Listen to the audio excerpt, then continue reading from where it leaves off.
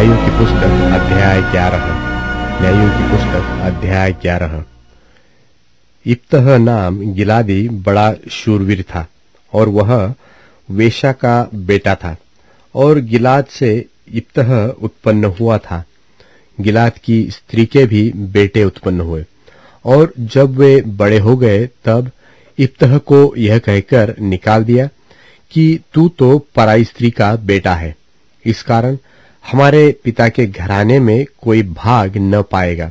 तब इप्तह अपने भाइयों के पास से भागकर तोब देश में रहने लगा, और इप्तह के पास लुच्चे मनुष्य इकट्ठे हो गए और उसके संग फिरने लगे।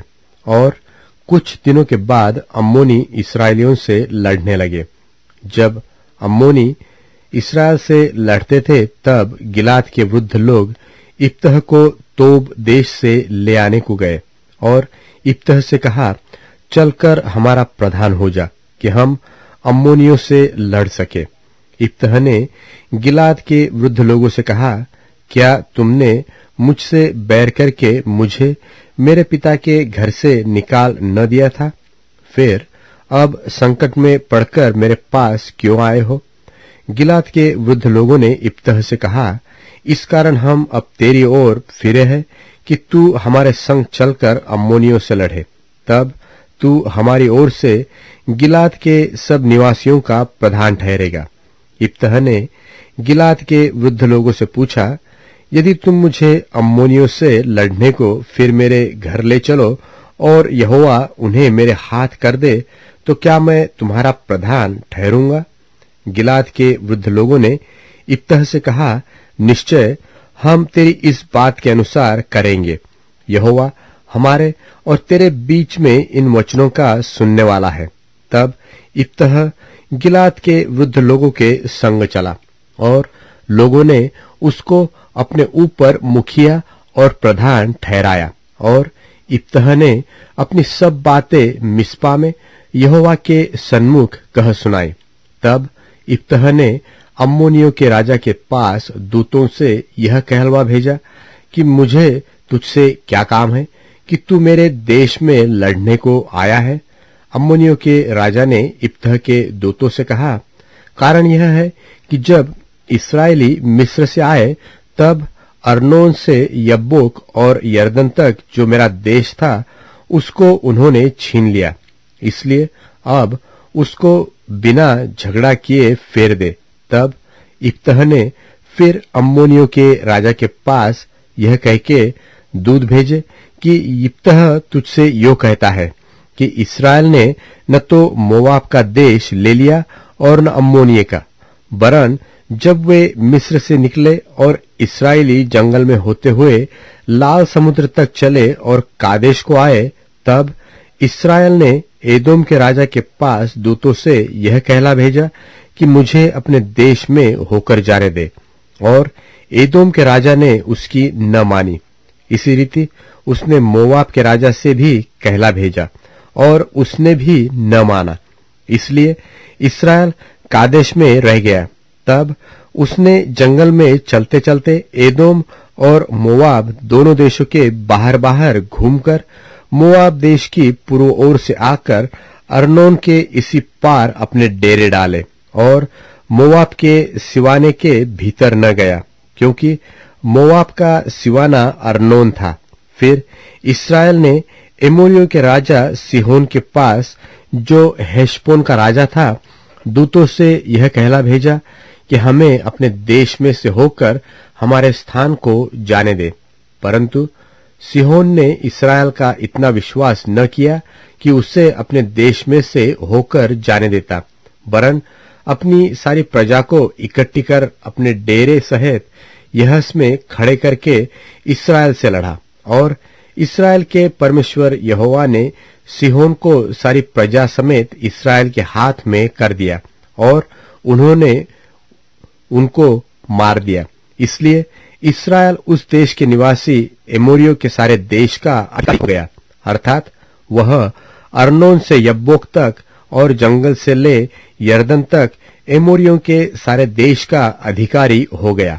इसलिए अब इस्राएल के परमेश्वर यहोवा ने अपनी इस्राएली प्रजा के सामने से एमोरियों को उनके देश से निकाल दिया है। फिर क्या तू उसका अधिकारी होने पाएगा? क्या तू उसका अधिकारी न होगा जिसका तेरा कामोश देता तुझे अधिकारी कर दे? इसी प्रकार से जिन लोगों को हमारा परमेश्वर यहोवा हमारे सामने से निकाले, उनके देश के अधिकारी हम होंगे। फिर क्या तू मोआब के राजा सिप्पोर के पुत्र बालाक से कुछ अच्छा है? क्या उसने कभी इस्राएलियों से कुछ भी झगड़ा किया? क्या वह उनसे कभी लड़ा?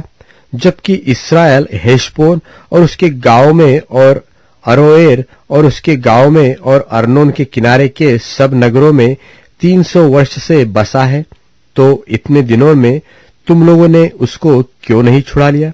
मैंने तेरा अपराध नहीं किया, तू ही मुझसे युद्ध छेड़कर बुरा व्यवहार करता है। इसलिए यहोवा जो न्यायी है, वह इस्राएलियों और अम्मोनियों के बीच में आज न्याय करे। तो भी अम्मोनियों के राजा ने इब्तह की ये बातें न मानी जिनको उसने कहला भेजा था। तब यहोवा का आत्मा इब्तह में समा गया और वह गिलाद और मनश्शे से होकर गिलाद के मिस्पे में आया और गिलाद के मिस्पे से होकर अम्मोनियों की ओर चला।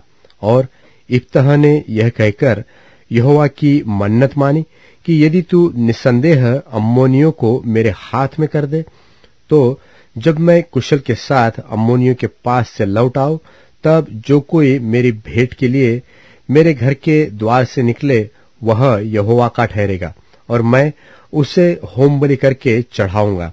तब इब्तह अम्मोनियों से लड़ने को उनकी ओर गया और यहोवा ने उनको उसके हाथ में कर दिया और वह अरोएर से ले मिन्नीत तक जो 20 नगर है, वरन आबेल करामीम तक जीतते जीतते उन्हें बहुत बड़ी मार से मारता गया और अम्मोनी इस्राएलियों से हार गए। जब इब्तह मिस्पा को अपने घर आया, तब उसकी बेटी डफ बजाती और नाचती हुई उसकी भेंट के लिए निकल आई। वह उसकी एकलौती थी, उसको छोड़ उसके न तो कोई बेटा था और न कोई बेटी। उसको देखते ही उसने अपने कपड़े फाड़ कर कहा, हाय मेरी बेटी, तूने कमर तोड़ दी और तू ही मेरे कष्ट देने वाले में हो गई है, क्योंकि मैंने यहोवा को वचन दिया है और उसे टाल नहीं सकता। उसने उससे कहा, हे मेरे पिता, तूने जो यहोवा को वचन दिया है, तो जो बात तेरे मुंह से निकली है उसी के अनुसार मुझसे बर्ताव कर, क्योंकि यहोवा ने तेरे अम्मोनी शत्रुओं से तेरा पलटा लिया है। फिर उसने अपने पिता से कहा, मेरे लिए यह दिया जाए कि 2 महीने तक मुझे छोड़े रख, कि मैं अपनी सहेलियों सहित जाकर पहाड़ों पर फिरती हुई अपनी कुंवारीपन पर रोती रहूं। उसने कहा, जा। तब उसने उसे 2 महीने की छुट्टी दी, इसलिए वह अपनी सहेलियों सहित चली गई और पहाड़ों पर अपनी कुंवारीपन पर रोती रही। 2 महीने के बीतने पर वह अपने पिता के पास लौट आई और उसने उसके विषय में अपनी मानी हुई मन्नत को पूरा किया, और उस कन्या ने पुरुष का मुंह कभी न देखा था। इसलिए इस्राएलियों में यह रीति चली कि इस्राएली स्त्रियां प्रतिवर्ष इब्तह गिलादी की बेटी का यश गाने को वर्ष में 4 दिन तक जाया करती थी।